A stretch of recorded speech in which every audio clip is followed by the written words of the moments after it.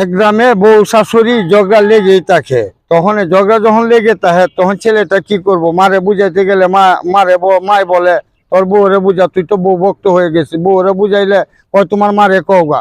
তখন এইভাবেই তার সংসারে খুবই ঝগড়াঝাটি, বউ শাশুড়ি ঝগড়াঝাটি হয়। তখন এই ছেলেটা একটা পাগলের মতো হয়ে গেল, কিরে আমার তো সুখ নেই, আমার সংসারে সুখ নেই, শান্তি নেই। তখন কি করলো এই ছেলেটা, পাহাড়ের দিকে হাঁটতে হাঁটতে চলে গেল।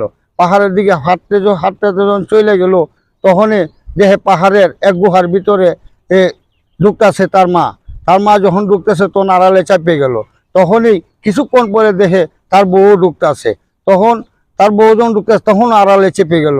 তখন দেখে যে কিছুক্ষণ পরে তার মাও বেরিয়ে এলো, আবার কিছুক্ষণ পরে তার বউও বেরিয়ে এলো।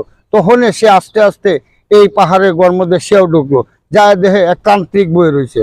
তখন তান্ত্রিকের কাছে বললো যে আমার তো কোনো সুখ নেই, আমার ঘরে খুবই অশান্তি চলতেছে। তখন তান্ত্রিক বললো যে রে তোরে আমি এই তোর সংসারে সুখ এনে দিচ্ছি।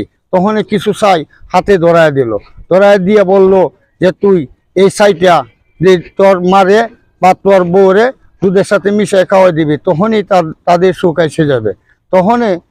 তখনই সে সাইডে নিয়ে যখন আসার সময় তখন তান্ত্রিক বলল যে তুই যত বেশি হাদিয়া দিবি তত বেশি তোর কাজ হবে। তখন এই ছেলেটা যার সাথে আসিল সবই দিয়া দিল, দিয়া আর বললো বাড়িতে আইসা দেখে বউ শাশুড়ি বউ চা বানায় শাশুড়িরে খাওয়াইতেছে, খুব হাসি রং হচ্ছে। তখন ছেলেটা খুব খুশি হলো।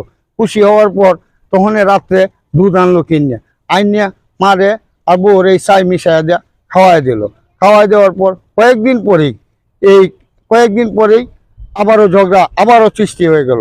তখন ঝগড়া যখন সৃষ্টি হয়ে গেল আবার পাগলের মতন ঘুরতে থাকলো। তখন ঘুরতে ঘুরতে তখন যাই দেখে এক গ্রামের মধ্যে এক মাতাব্বর ছেলে, সেই মাতাব্বরে ডাক দিল, কিরে তোর কি হয়েছে? তখন মাতাব্বরের কাছে খুলে বললো যে আমার সংসারে তো আমার সুখ নেই। কেন সুখ নেই? এই এই যে বউ শাশুড়ির ঝগড়া আমার আর সহ্য হয় না। কারণ বউরে বুঝাইতে গেলে বউরে কয় তোমার মারে বুঝাও, মারে কইলে বউরে বুঝাও। তখন বললো এই গ্রামের মাতাব্বর যে তোর বউরে আর তোর মারে আমার কাছে পাঠাই দিস। তখন আইসা বললো বউরে যে তুমি তো এই একটু মাতবারের কাছে যাইবা। তখন বউ বললো না তোমার মারে পাঠাও, আমি যাব না। তখন মার কাছে গেল, মাই কইতেছে যে তোর বউরে পাঠা, আমি যাব না। তখন কিছুক্ষণ পরেই সেই তখন কি করব বইকে বাগে যাইতাছে, যাইয়া কইতাছে যে মাতবার সাহেব আমি তো কাউকেই বুঝাইতে পারছি না, কেউই তো আসবে না। তখন দেখে যে মাতবারের ঘরেই বৈশা রয়েছে। বৈশা থাকার পর তখন মাতবার সাহেবের জি গেল, মাতবার সাহেব কি খবর?